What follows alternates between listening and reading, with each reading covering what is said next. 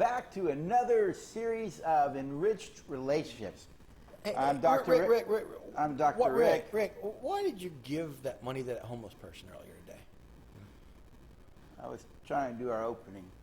Yeah, I know, but this is important to me. Why did you give that money? What money? To the homeless person today. You mean the one downtown? Yeah.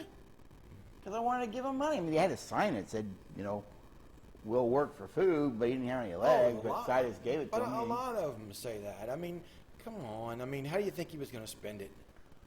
I don't really care he's going to spend it, Don. I gave him the money because he's homeless, he needed food, and I gave him some money. Could you not tell he'd been, probably using it for drugs? And I mean, all you did was feed his drug habit. People are hungry. You don't know that. It was wrong.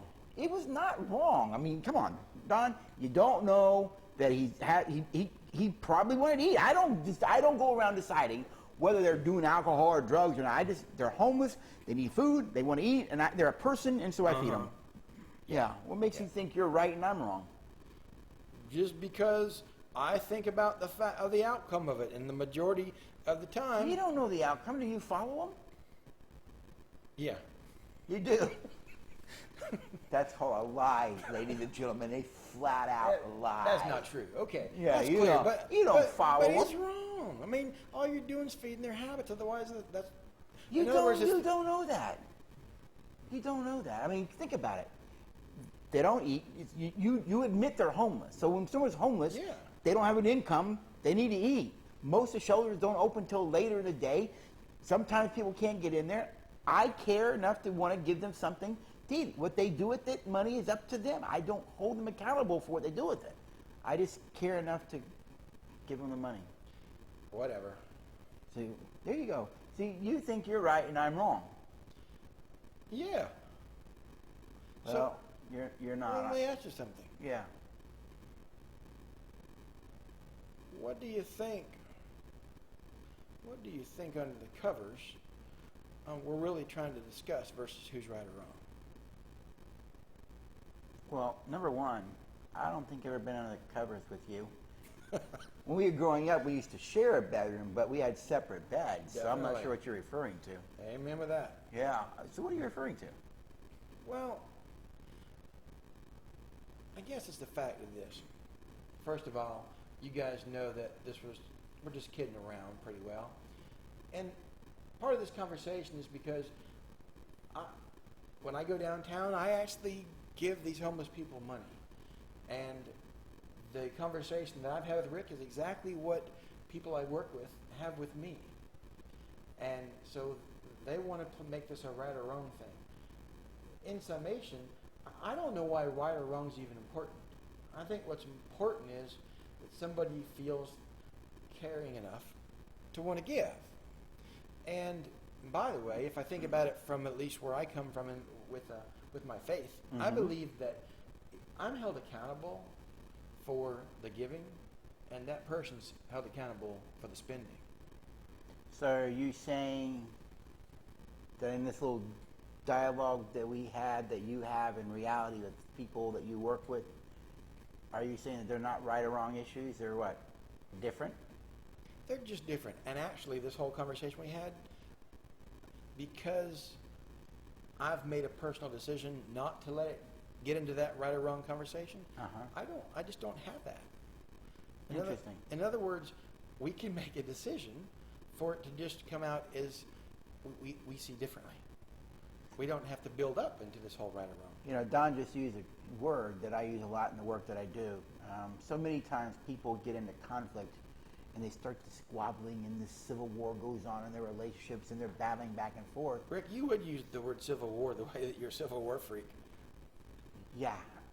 Actually, I wrote in my blog today about the civil war in marriages and how marriages have these civil wars going on inside their homes. So that's where I kind of thought about that. But we're in the middle of battlefields here. I mean, you think about it. We're just all around it. So, I was trying to say before I was so rudely interrupted that in our work, we've come to realize that couples battle about things and people battle about things.